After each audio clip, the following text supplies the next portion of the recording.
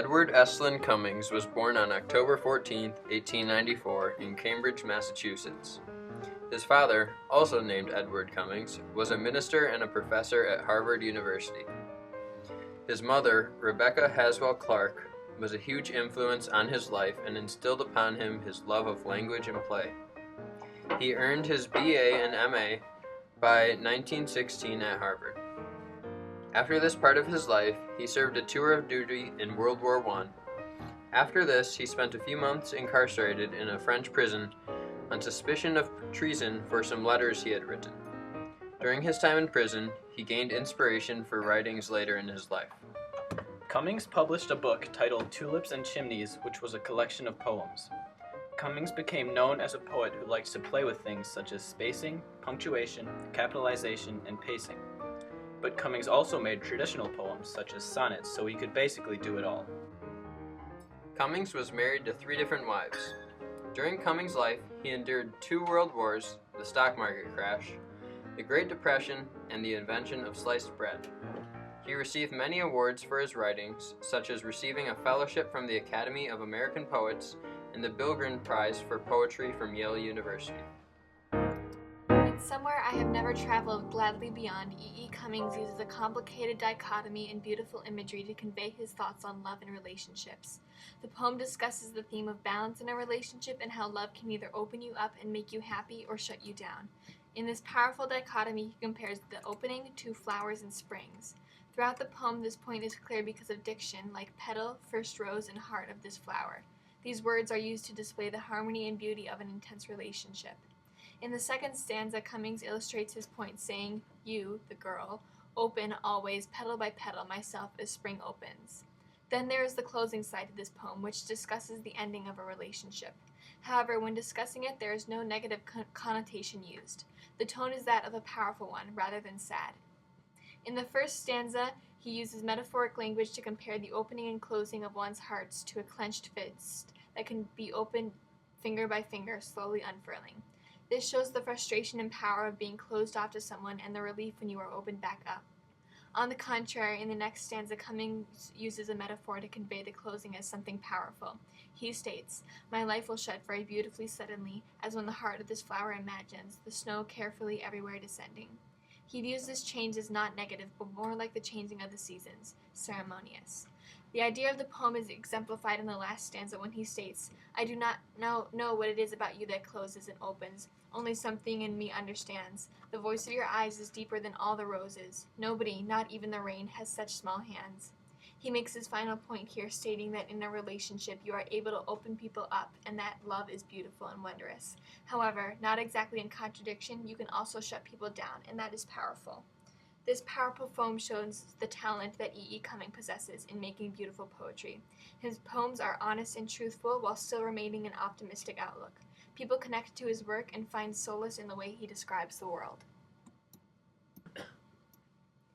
The poem If by E. Cummings symbolizes how the world would be much different if things were not as they are right now. Cummings does this by comparing things that are unlike each other or giving other objects completely different characteristics. For example, Cummings writes, "If freckles were lovely, and day was night, and measles were nice, and a lie weren't a lie." In the last stanza, he gives objects different characteristics and says, "If fear was plucky, and globes were square, and dirt was cleanly, and tears were glee." These descriptions are used to show how if anything were different, we would be different as well. The stanzas end with the quotes, "I wouldn't be I, you wouldn't be you," and the poem ends with "we wouldn't be we." I is referring to himself, and you is referring back to the reader. In the last stanza, he uses "we wouldn't be we" to bring him and the reader together. As well as using these descriptions, Cummings uses a complicated rhyming pattern that allows the poem to flow more as a whole. Looking at this poem, you can see that Cummings is a talented writer.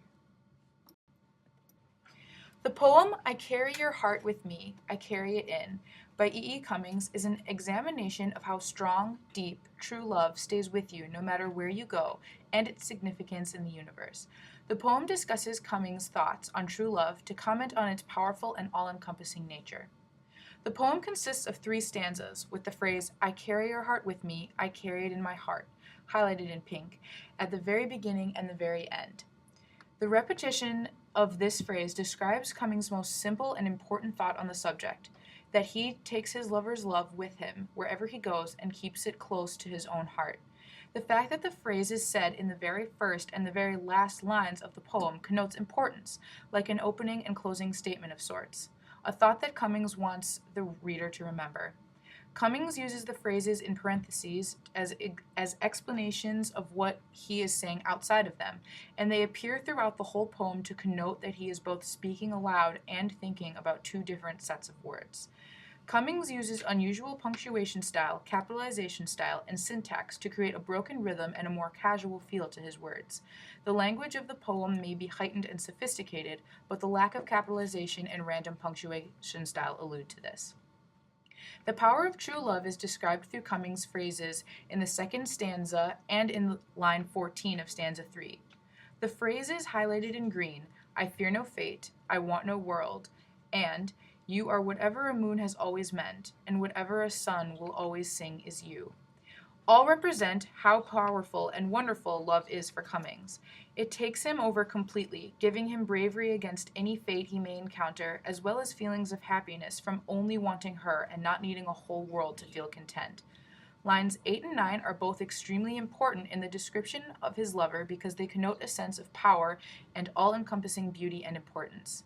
The sun and moon are typically representative of deities, which again helps the reader understand how Cummings feels towards his lover, as well as her importance to his universe. The importance and power of love is also connoted in line 14, where Cummings says, "This is the wonder that's keeping the stars apart," highlighted in purple. This phrase describes how his love, and therefore his lover, is what keeps the universe from destroying itself. It connotes intense feelings of power, universal importance, and immense beauty towards true love, as well as its all-encompassing nature and involvement in everything. The main idea or theme of the poem is revealed in the third stanza when Cummings says, "The deepest secret, a tree called life, which grows higher than the soul can hope or mind can hide." The beautiful imagery of an enormous, healthy tree connotes happy feelings towards love and renewal of life. The third stanza describes how the meaning of life, according to Cummings, his tree of life, is true love that reaches no limits in the soul or the mind. E. Cummings is the best poet in the bracket and therefore should be the overall winner because he is able to use incredibly beautiful language in the form of diction, imagery, and metaphor to communicate thought-provoking and important ideas and themes with intensity that captures the reader's attention. As demonstrated above, his poems, once analyzed, contain beautiful messages on life lessons that the reader can take with them for their entire life, just like Cummings takes the love from his lover wherever he goes. He tends to write in reference to nature imagery, which helps strengthen the transcendentalist ideas that the class learned earlier this year.